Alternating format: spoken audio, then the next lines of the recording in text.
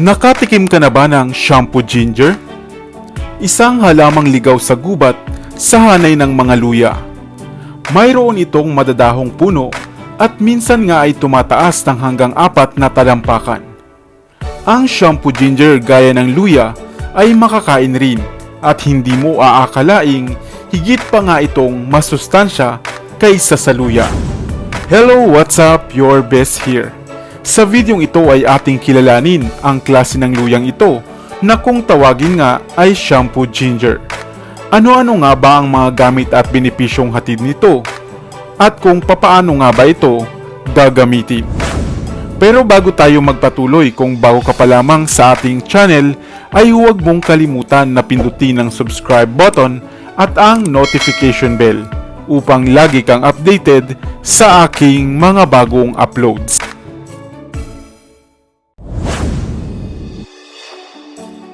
Ang halamang shampoo ginger ay kilalang nagmula dito sa Asya. Subalit makikita na rin sa iba pang mga tropikal na bansa. Ito ay kilala rin sa ibang katawagan, gaya ng bitter ginger, avapui, lempuyang at pinecone ginger. Batid mo ba na ang halamang ito pala na hindi nga kilala ng karamihan ay napakahusay pala bilang pagkain, bilang pampaganda at bilang gamot at marami pang iba. Halika at lahat ng iyan ay iisa-isahin natin. Dahon. Ang mga matingkad na berdeng dahon ng avapui o shampoo ginger ay karaniwang may habang 15 hanggang 40 sentimetro.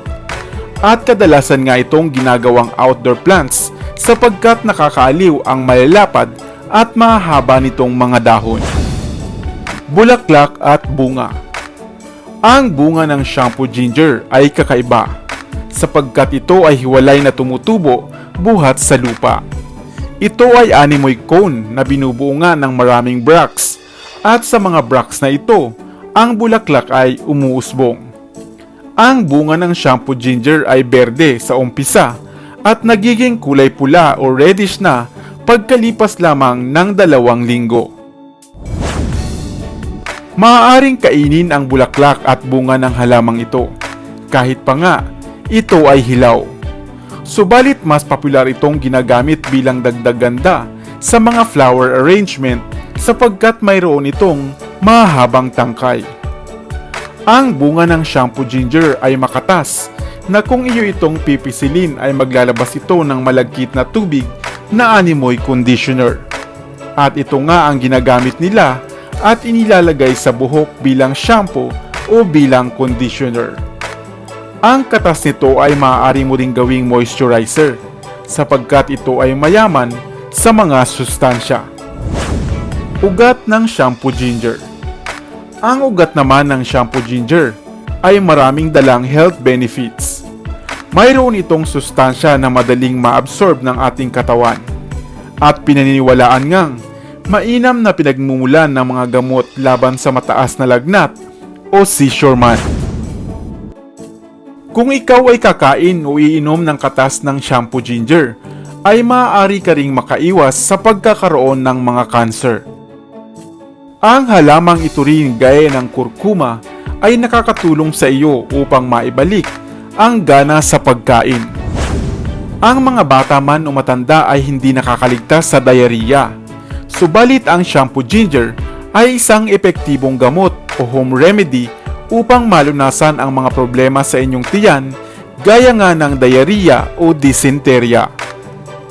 Ang shampoo ginger ay isang tradisyonal na lunas nga sa mayroong mataas na lagnat.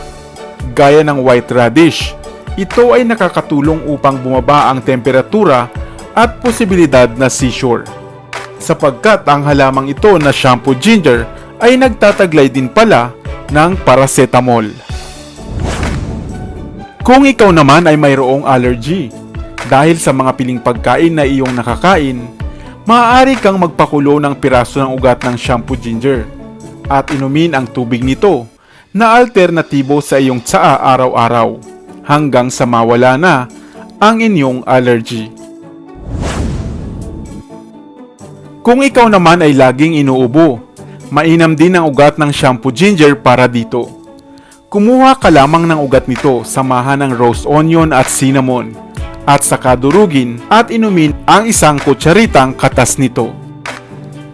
Nakakapayat rin ang pag-inom ng shampoo ginger bilang tsaa araw-araw, dahil mainam itong tumutulong sa maayos na daloy ng metabolismo. Kung masakit naman ang inyong ngipin at may butas ito, ay maaari ka nga maglaga ng ugat ng shampoo ginger. Durugin at ilapat ito sa butas ng ngipin hanggang sa ang sakit ay mawala.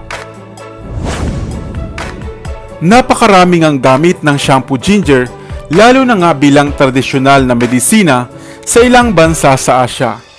Maaari itong lunas sa diabetes, dyspepsia, asthma, constipation, fish poisoning, at maging mga simpleng sugat. Hindi ba't napakabisa at nakamamangha ang luyang ito? Ang shampoo ginger. Sa inyong probinsya, ano naman ang gamit nito?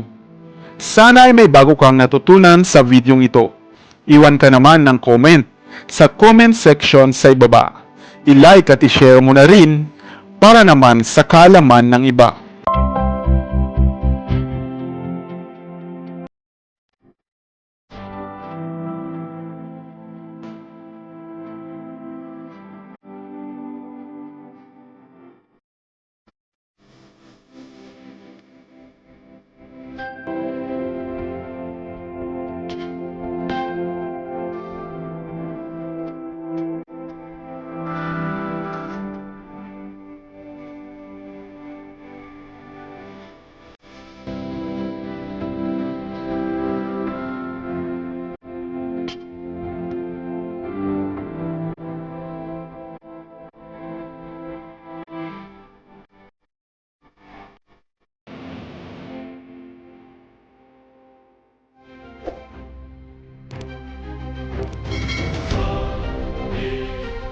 Para sa mga kakaibang kwento ng inspirasyon, kaalaman, hiwaga at misteryo, ako pa rin ang inyong lingkod, ang inyong best para sa Best TV.